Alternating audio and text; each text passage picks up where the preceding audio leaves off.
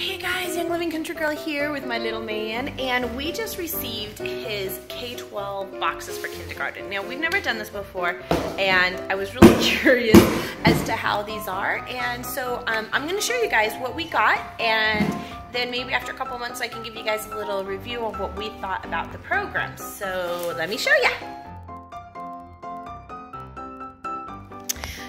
Alright, so I wanted to show you guys what we got from K12. We unboxed it and it was kind of crazy, so now I'm trying to break it down a little bit smaller. This was the Phonics Work Box, and it has a crazy Velcro, or you couldn't even open it. So all of these things came in there, and I'm going to show you a little bit about it. Okay, so this Phonics Work came in here. It was packaged in this cute little thing to put your stuff in, and here is what was inside there. It's kind of like little work pages, I guess you could call them. They had these magnetic tiles that I just started organizing. I brought the blue package didn't come in here. I just grabbed one that we had extra, and I was just putting all the capitals together just so that the letters don't get lost. So these letters are all magnetic, and I'll show you that. So we go through colors and we go through the alphabet, uppercase, and then we got lowercase. So here are the tiles actually on here, so I guess your kids can practice, you know, letter matching with these. I don't know, I haven't read the teacher's manual, what they suggest, but I think that's pretty cool. So if it's not used for actual like letter matching, then I might just, you know, not keep the folder because that takes up space. So it goes into all your letters. Oh, sorry. And then we've got some of our punctuation marks as well as diagraphs and trigraphs, and then we got common word endings and double trouble endings. That's cute how they call it double trouble. Okay, so that came in this box right here, as well as there was a dry erase board, like a single one for him to, you know, work with. And but that wasn't in this box. That was not in the box. This box.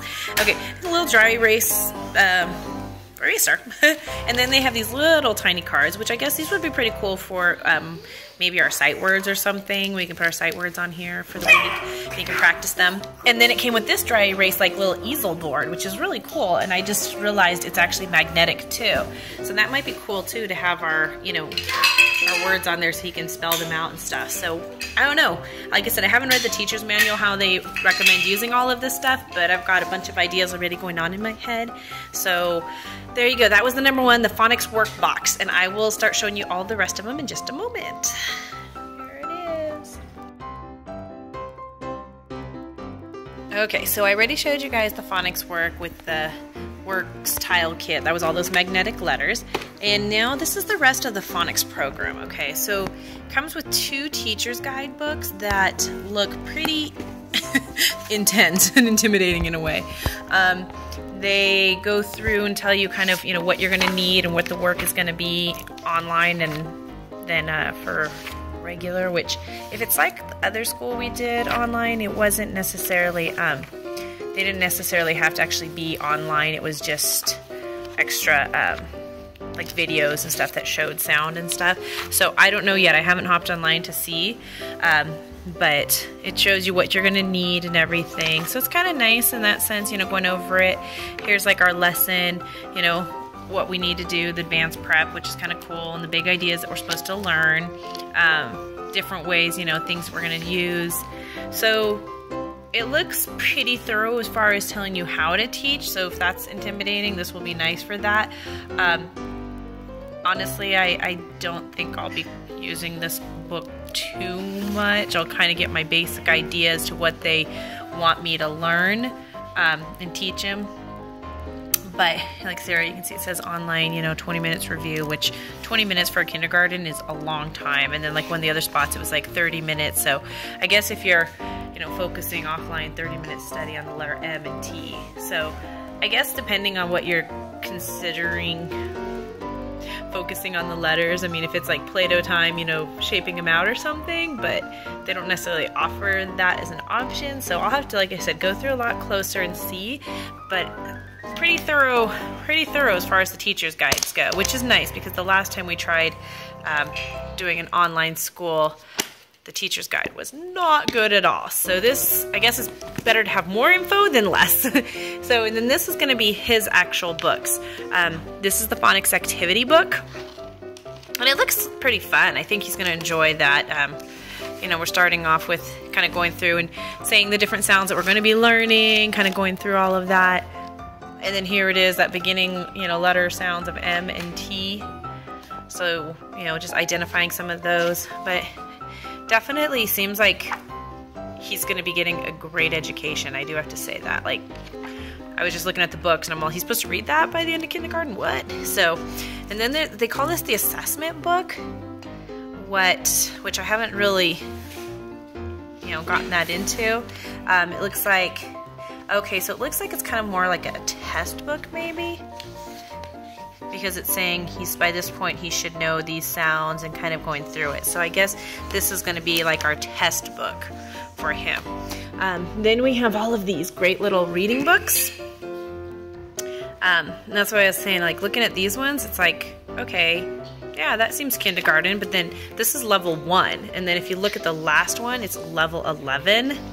And I'm like, okay, that seems a little bit big for kindergarten, but maybe I'm just surprised. I know that our standards are low and our standards don't have anything, but I can't imagine a kindergartner knowing how to read backpack. I mean, that's kind of a big word for a kindergartner. So, I don't know. We'll see how it goes. So there's 1 through 11 in all these books, different stories and stuff that I'm sure, you know, are going to go along with, you know, the letters that they're learning, because it looks like there's a lot of M words in here. Since M was one of our sounds that we're starting with, it sounds like that'll be a good one. Then we got our sight cards, our sight word cards. I'll probably punch holes in these and stick them on a ring like I've done with all of our other flashcards, you know, just to go through. So that's nice. You know, we can pin these up on our word wall, and that'll be great for that. And I think that's it. We do have language arts as well. Sorry guys, trying to reach it and get a shot of Barbie instead.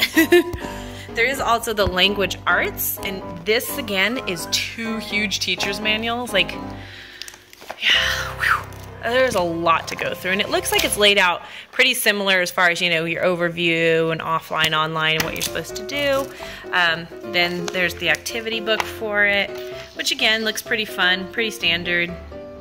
You know, it's nice just to have that guide to kind of go by. And then he's going to do an all about me, which this looks like fun. We've done these before. I don't know if our little one remembers, but so, you know, trace my foot, trace my hand, my street. So that'll be a fun thing to kind of just do as we go about learning it. So there you go. That's the phonics and language arts books, along with that box with the tiles and the dry erase and all of that. So I'll show you the next stuff in just a moment. We'll start math. I'll show you all the math. Well, thanks for watching. I know I said I was going to show you math, but I forgot to show you these things. So the other thing we got kind of with our language arts is all of this. This is the Handwriting Without Tears book, and I've heard this is a great one. So this would be our student one. Yeah, this is the student book. So it's really nice. I mean, it really goes basic. Starting out, kind of gives you some ideas and stuff, and like I said, it's supposed to be really good for kids just starting out slow and really showing them how to do it. So this will be interesting. Should be good. Looks good. I've heard great things about it. Then it came with a little chalkboard, which is so cute, and it says Handwriting Without Tears to practice writing on. A little double-sided chalkboard. Little alphabet sticker things to kind of I'll put one on his desk, and he does have already a printed alphabet thing, but this will be nice too. And then here's the teacher's guide to kind of talk to you about how to teach them, and, you know, just the different ways and different, I guess, tips and stuff. So we'll see. I mean, it looks pretty interesting. I don't know what that's about, but different ways of teaching them. Follow the ball, a laser pointer, then you can do sign language. So how to say it, I'm gonna have to read this quite a bit because the This looks pretty intense. So I'm gonna spend a lot of time reading. Okay, now I want to show you the literature books that came with it. Now this I think is so awesome. We do actually have quite a few of these books already from my daughter. This one has to be we did 5 in a row with her, and a lot of these books were in that one for first grade. So this one's my favorite. Mike Mulligan and the Steam Shovel.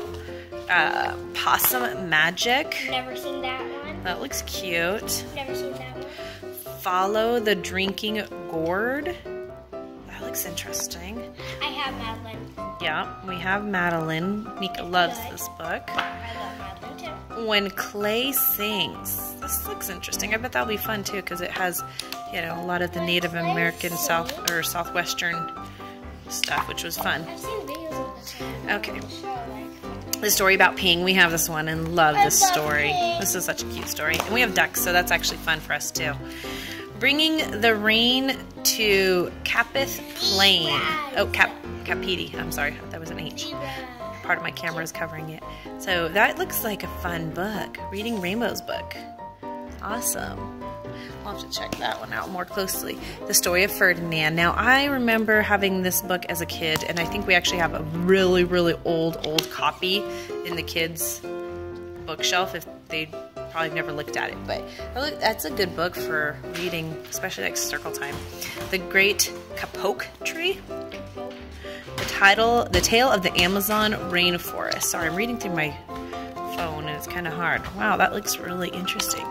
That would be fun with like a little science unit. Make way for ducklings. That looks cute. I'm excited. I love these kind of books. So this will be fun one too. This one has to be one of the coolest because there's like all kinds of stories. Yeah, this is more of goes through and it shows you bunches. Hold on, let's see. There's a bunch of stories in this book. So we've got like a gazillion. Yeah, we've got all of these stories are going to be in here. All of the, you know, the typical stories that you usually hear. And so 164 stories. Is that right? No, 164 pages. Never mind. I didn't look at how many stories.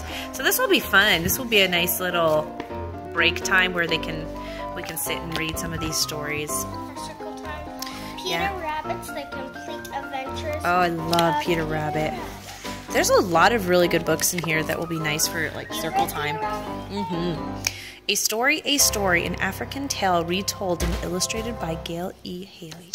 Oh. Looks cool. Never tried it. I love how there's so much different cultures. Like the one we ever did, my very first last time. Cute. The Snowy Day looks cute. I think I've had this book as a child too, and I loved it. But I loved the book that we had for Mika. What was it? My very first last time that talked about the Eskimos and how they go under the ice. That is such an amazing story. I love that one. Yeah, it's just neat to see how other cultures. I love when they do that. A Chair for My Mother. You said it was my grandma. A Chair for My Mother. That looks like a really cute one too. These are really nice books. So, Rhyme Time.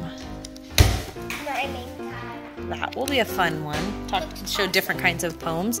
A Rooster Crows. I've heard this book is really hard to actually find, so I'm kind of glad that they have it in here. I don't know why it's so amazing, but I remember I needed it for 5 in a row. Tiki Tiki Timbu. Tiki Tiki Timbu. It looks like it's going to talk about Japanese culture, so that'll be fun. Yeah, that's cool. Caps for Sale. A Tale of a Peddler, Some Monkeys, and Their Monkey Business. That looks like another great one. That one I haven't heard of before, but it looks cute and it sounds cute. So these are all some pretty amazing books. So there you go. That's the grammar. And now I will show you the math. Okay, guys, here's the math part of the K12 kindergarten. So once again, we have the huge teacher's guide. I'm not sure exactly if this, you know, it's going to be a math we're going to enjoy. I think it's still pretty basic, so we'll see. I'm not a big fan of the Common Core math. Parts of it are really odd. Other parts are great. Just trying to find the right stuff. But I think at his age, it's not really going to be an issue. So that's the teacher's guide. Now here's his book. And it seems like it starts out pretty, you know, pretty basic for kindergarten books. What you normally see, learning about shapes and stuff. Solid figures and stuff. So it's pretty, you know, pretty basic book. I'll have to look and see how much they expect us to do, because that's a big book. Let's see, how many pages are there? 373. Wow, I hope that's not. Yeah, almost. So that's a lot when you think about it. There's only 180 days of school. So how many pages do they expect him to do every day? That's kind of a lot. I don't know. We'll have to look at that some more. But this is really cool. They sent all these math manipulatives things. I haven't gone through and looked at all of them. The kids opened some of them. But you've got two-dimensional objects, all of these things. And then we have the 3D shapes, which is really cool. They got the cylinder, the cone, rectangle, sphere. So these are pretty cool. And then they have the adding blocks, which are great too. So they have a couple different colors: red, blue, green. I think there's a bag of yellow, possibly. Yeah, there's yellow in here too. They were already starting to play with them, so I was like, hold on guys, I gotta get a container to put them in before we lose them all. So that was really cool. I'm really happy with all the math manipulatives. I think that will be really cool to use to, learn a lot about these shapes and adding and stuff. So I'm excited about that. And that's it for the math. It's pretty small, pretty basic, but like I said, I think there's an abundance of stuff here, and we'll be able to kind of, tailor it a little bit to how we want. So there you go. Next, I'll show you the history and science. Okay, so here's our history and science. Now the history book looks pretty basic. I'm hoping there's going to be something online, because I'm not sure how exciting it will be. But Mika has a great history program that we're doing with Abeka that I think I will have Isaiah just tag along with, and maybe we'll be able to use this a little bit to supplement. But it's 2 huge books again, and this is all student work. So like I said, I think they definitely give you more than enough material. And then these look really cute. They're little science books. One's about our busy body, taking care of ourselves and the earth. Whoops, picked up 2. And then we've got amazing places, animals around the world. And they're almost like a magazine kind of feel to it, but they're a little bit sturdier. But they have great little stories in here about, different things. Like this is animals around the world. And I think the kids will have fun with that. So like I said, I think we'll just kind of have him tag along with Mika as far as history goes. Like I said, I'll show you guys later what we did for her, but this is what we got from K12. So again, like I said, we've got more than enough material to get our little kindergartner guy ready, between like all the phonics and language arts and handwriting and everything else, and the math and all the literature. And the history one actually came with, it also came with a map, but he was so excited we already put that up in the schoolroom because he wanted to have it up. So there you guys go. That is, I wouldn't say my review, but that's unboxing of the K12 kindergarten set.